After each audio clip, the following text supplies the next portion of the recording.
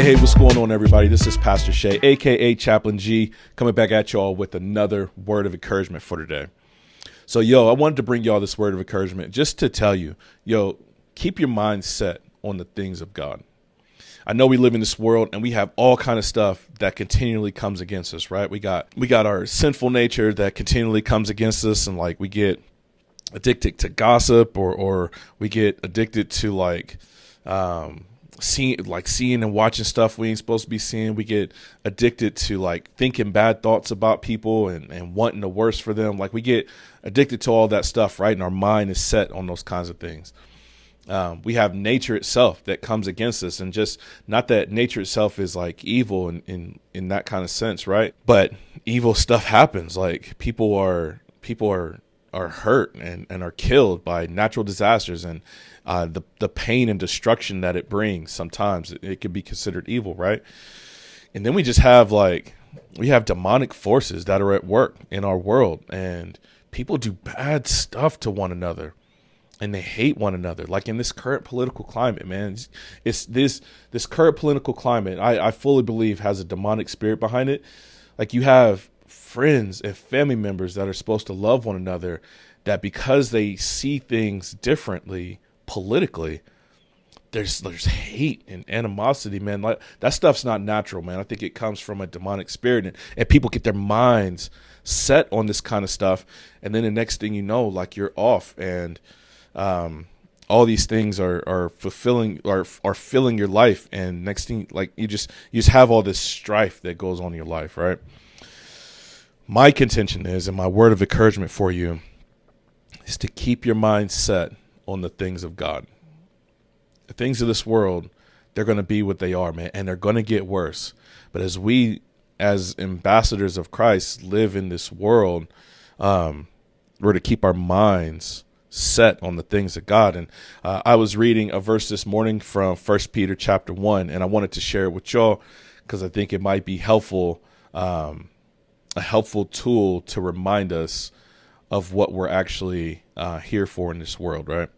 This is 1 Peter chapter 1. I'm going to pick it up in verse 13. It says, "Therefore, preparing your minds for action and being sober-minded, set your hope fully on the grace that will be brought to you at the revelation of Jesus Christ.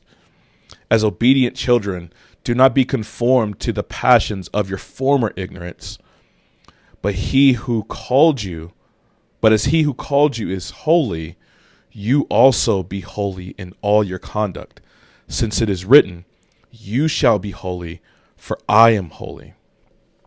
This is saying, I know you used to have that former life, but when the grace of God came upon you, when the sacrificial atonement of Jesus came upon your life, it changed you from the inside out. Don't go back to your former self. That former self was headed for death, disease, destruction. There's nothing back there that's life-giving and life-affirming. But now that you have life, you're living in this in-between phase of already and not yet. You're already a saint of God, but it hasn't been fully revealed. Now that you're living in that sphere, man, set your mind, do your best to remain sober-minded, setting your mind on the things of God. Think about his grace. Think about how thankful you are for the things that he's given you. Think about the theology of what it means to know God and to love God and to understand God, setting your mind on those things as opposed to trying to run back to your former self. And the attempt is, we'll never realize it in this life, the attempt is be holy because the Lord your God is holy. As we live in this life and as we go through our daily walk, and as we run up on situations where our faith is put to the test, like the folks that are going through this religious exemption thing, right? Their faith is being put to the test almost daily. And you want to get mad and you want to shame people because you just want this revenge thing, and or maybe it's not even that. Maybe you're just living in this life and you got some clown up the block, or maybe it's a supervisor or a subordinate or something like that, and they just own you. They just own your nerves all the time. And God says, be holy because I'm holy. Set your mind on the things that I'm giving. Don't go back to hating people, despising them. Don't go back to that. There's death and disease back there. Come toward life. March your way toward life. When you slip and fall, pick yourself back up, man. By the power of God, through the help of the Holy Spirit, the encouragement of Christ, pick yourself back up and keep going forward. That is the way of this life, man. And when we hate one another, when we despise one another, when we say all kind of mean and evil stuff, when we get sucked into other people's like animosity and their evilness, when we get sucked into that, just because someone else is doing evil doesn't mean we have to participate. But when we get sucked into it, man, God says, don't remain there. Bring yourself out of it by the power of Christ, who called the dead back to life. Allow Jesus to pull you out of that past of death, to bring you into life, and to march toward holiness. Love that person who's persecuting you. Pray for them.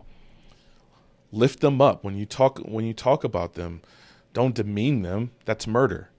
Lift them up. God will be the judge, and he will do what's right. I know it's hard.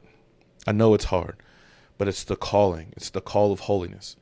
And so that's my word of encouragement for you for today. Man, I hope you receive it. I know it's difficult. I struggle with it, quite honestly.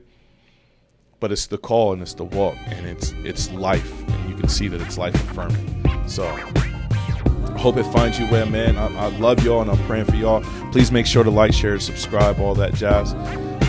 Hit me up in the email. I'd love to pray for you because I know this stuff is challenging. And until next time, grace and peace.